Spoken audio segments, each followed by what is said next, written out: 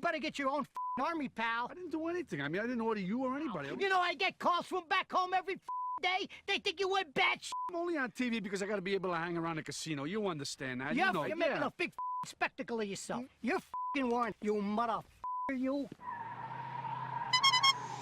What's up, guys? Your boy Benny. It's really important in life to understand people's motivations, whether you are watching a movie and trying to understand the characters, or whether you are trying a case in a court of law. Motivation plays a huge part into what people are going to do, why they're doing what they're doing, and what you can expect from them in the future. And so you can expect the wheels to come flying off the dumpster tire fire that is the Biden campaign, because the Biden campaign is making no sense anymore.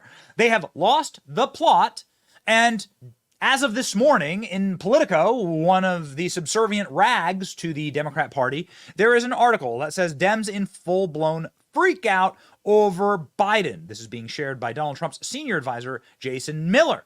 Let's just read the top line here in this article.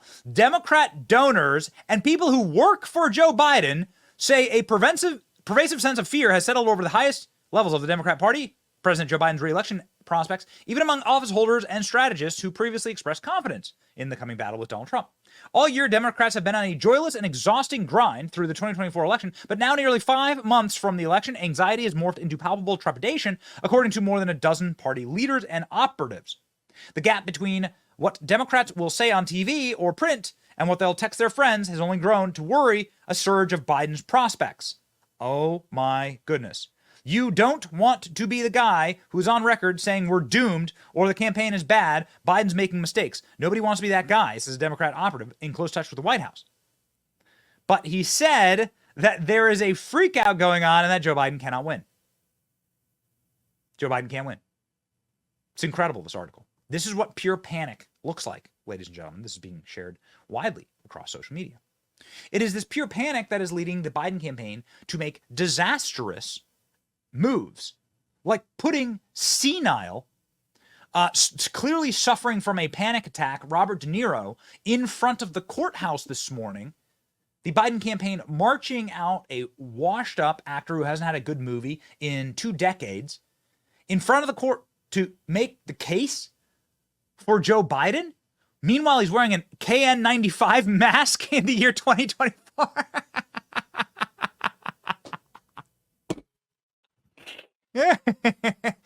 Robert De Niro in an N95 mask out front of the court today. Oh, man. Must see TV. This is actually probably the most watched the teeny 5'8" De Niro has been in years, since he, of course, hasn't had a successful movie. There he is, taking off his mask to address America. Now, some of the highlights here: Robert De Niro getting heckled and getting completely rattled by protesters in his own city. Big tough guy there, right? Remember, he was in The Godfather, Raging Bull. Somebody setting off a car alarm behind Robert De Niro. And, of course, people bringing up Robert De Niro's sketchy Jeffrey Epstein past, which we'll get into in just a second. But first, ladies and gentlemen, let's go ahead into the clown show. He is pretty accommodating. We make room for clowns. Of Robert De Niro. Man, the memes are great. And also Robert De Niro getting trolled by Trump supporters is on point. Here we go. Thank you. Thank you. I mean, this is really, even these people over here, it's kind of crazy. It's really crazy. And this thing, Donald Trump has created this. He should be telling them not to do this. But he's just, he wants to sow total, he wants to sow total chaos, which he's succeeding in some areas and places to do. Anyway, beside all that, this is my neighborhood, downtown New York City. I grew up here. Wait, Robert De Niro, tough guy Robert De Niro can't handle like a Trump supporter saying F you. This is the same guy who stood up at the Tony Awards and said, F Trump, right? Remember that? Robert De Niro can't handle it when somebody disagrees with him. This is your modern day liberals. Yeah, fascists. And feel at home in these streets. I feel comfortable. The Twin Towers fell just over here, just over there. This part of the city was like a ghost town. But we vowed We would not allow terrorists to change our way of life. And we started the Tribeca Festival to bring people back. I love this city. I love this city. I don't want to destroy it. Donald Trump wants to destroy not only the city, but the country, and eventually he could destroy the world. But we vowed we would not allow terrorists. I owe this city a lot. FJB That's why chant. it's so weird that Donald Trump is just across the street. Because so he doesn't weird. belong in my city. Donald Trump built New York. Donald Trump has without Donald Trump, New York would be a shadow of itself. Donald Trump built New York City. Donald Trump is New York City. What has Robert De Niro built exactly? What, like the creepy grandpa franchise? Yeah. I don't know where he belongs, but he certainly doesn't belong here. We New Yorkers used to tolerate him when he was just another grubby real estate hustler masquerading as a big shot, a two-bit playboy lying his way into the tabloids, pretending to be a spokesperson for himself. He was calling it as himself for himself to fool the press into inflating his net worth. A clown. But this city is pretty accommodating. We make room for clowns. We have them all over the city. People who do crazy things in the street, we tolerate it. It's part of the city. It's part of the culture. But not a person like Trump who will eventually run the country. That does not work, and we all know that. Anyway, we make room for clowns, to each his own. But no one takes him or took him really seriously. They take him seriously now, of course. But around the country, people who didn't know him, as we did, started to support him. They bought into his bullshit. Trump bought their votes with outrageous lies and empty promises. He got the most religious evangelicals to applaud a sinner who bragged about sexual assault, and who, just a couple of blocks from here, a jury found him liable for sexual abuse.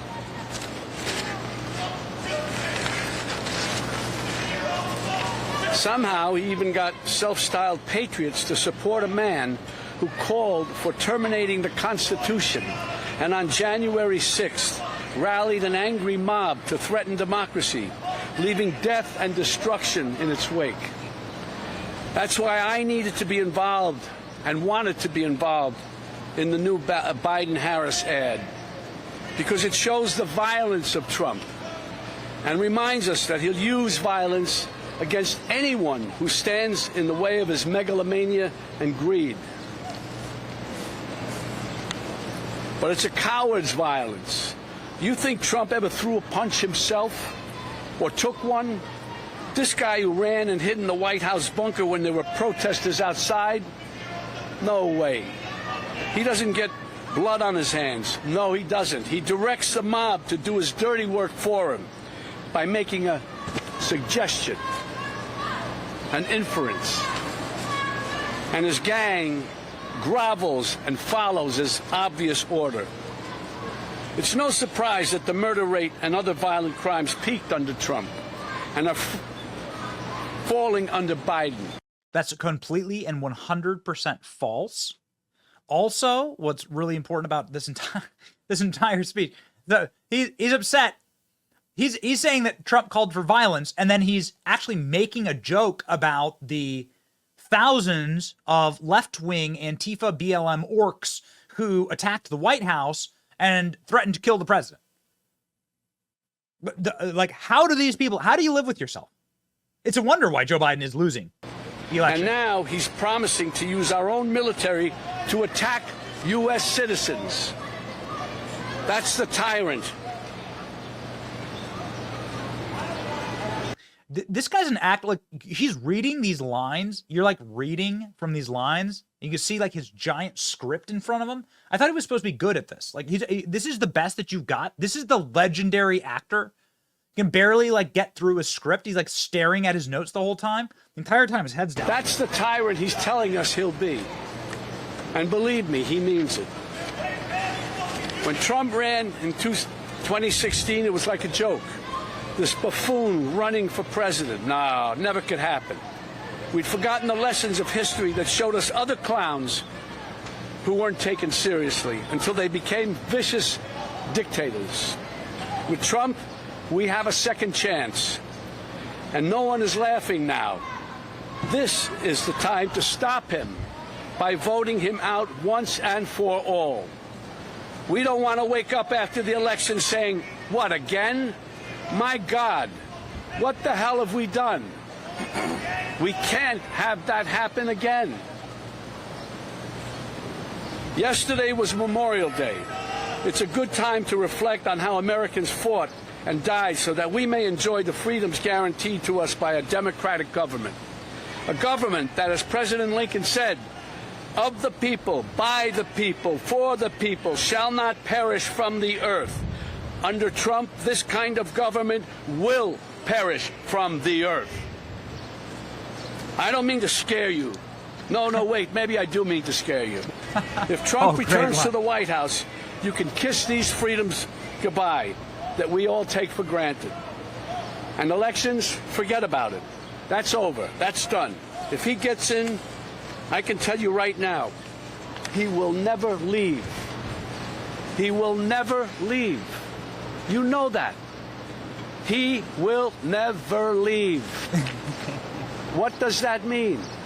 Is that the country we want to live in? Do we want him running this country and saying, I'm not leaving, I'm dictator for life? Here goes the Carlos.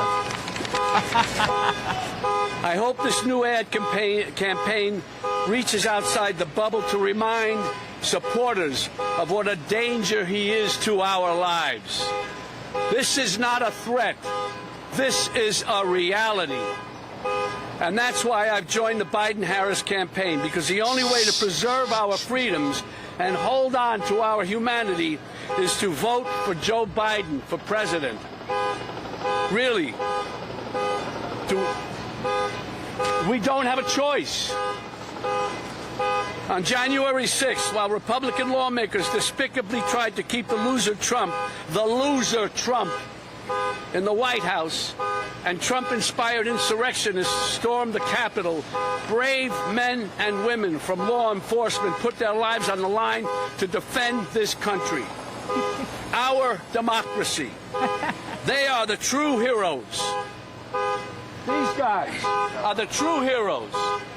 They stood and put their lives on the line for these lowlives, for Trump. They lied under oath. They lied under oath. Right. Who lied under oath? What are you telling me? Those two traitors behind you. Excuse me? Those two traitors behind you. They lied under oath? That's right. What are you saying? They're traitors. They're traitors. I don't know. I don't even know how to deal with you, my friend. I don't even know how to deal with you. What a disaster. They stood there. They didn't have to. And there were other ones in there who probably were in with them a little bit too, and they found a way to get around. Not these guys. They stood there and fought for us, for you. Man. For you. They weren't fighting for me. No, they fought for you, buddy. You're able to stand right here now. They are the true heroes. I'm honored to be with these two heroes today, from former Capitol Police Officer Harry Dunn and former Metropolitan Police Officer Michael Fanone. All right, there we go. That's it. And that's it. There's a car alarm for president 2024. Trump car alarm. Choose the car alarm for your vice president. What a disaster. What an embarrassing humiliation. What do they have on Robert De Niro, right? The memes out of this are great. If he gets in, I can tell you right now, he will never leave. He will never leave. You know that. He will never leave. Pretty good. Okay. Robert De Niro makes a good case to vote for Trump in 2024. Yeah. All right. Good. Oh man. So embarrassing. What a run, ladies and gentlemen. How much more embarrassing can get other than like the car alarm, the protesters rattling Robert De Niro, him having to read off his script. Well, afterward, Robert De Niro was completely torched by Trump supporters as he walked through the streets. You are gangsters. You're gangsters. You're a little punk! You're a softy! You're a nobody! Your movie sucks! You're trash! You're trash! You're done! You're done after this guy, guys! You're done! Oh yeah, he's great. Just a rowdy time for Robert De Niro. Let's go. Let's He go. didn't go over the way he thought.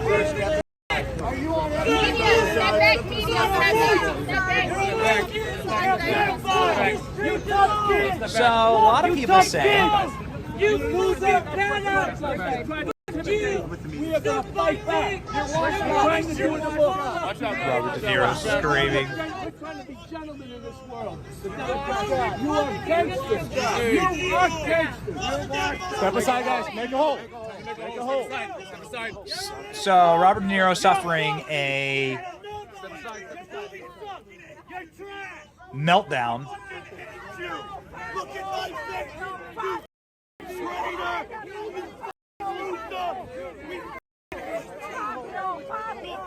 Running off to his car.